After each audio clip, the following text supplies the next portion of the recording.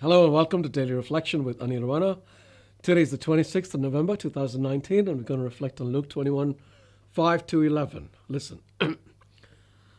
When some were speaking about the temple, how it was adorned with beautiful stones and gifts dedicated to God, Jesus said, "As for these things that you see, the days will come when not one stone will be left upon another. All will be thrown down."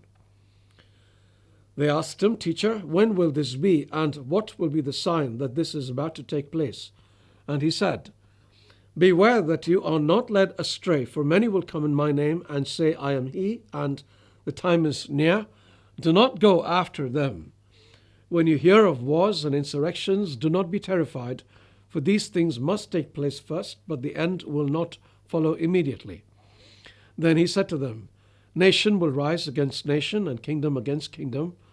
There will be great earthquakes, and in various places famines and plagues, and there will be dreadful portents and great signs from heaven." The gospel of the Lord.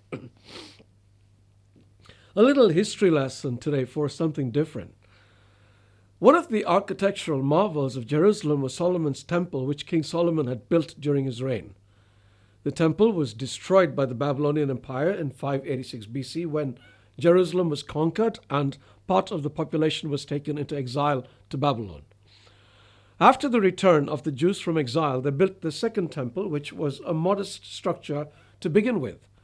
However, during the reign of Herod the Great, the second temple was completely refurbished and the original structure got a radical makeover that included the beautiful stones spoken about in the passage we just read.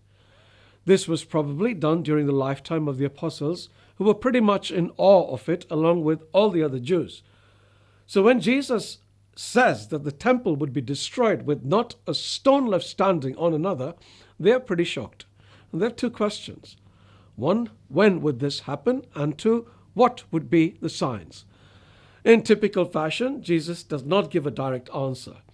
He warns them about people who would claim to be all kinds of things. We reflected upon this last week. Check out the reflection called Fake Messiah Alert. And then he also warned them about wars and insurrections and earthquakes and famines and plagues. But now here is the thing.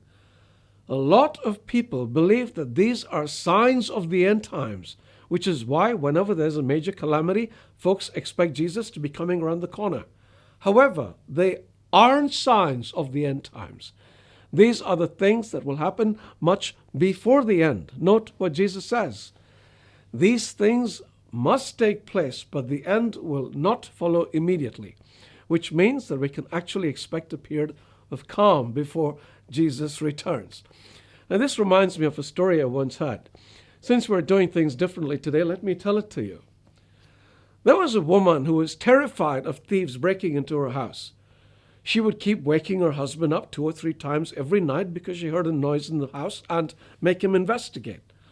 After weeks of this, the hapless husband confided in a friend who advised him what to do.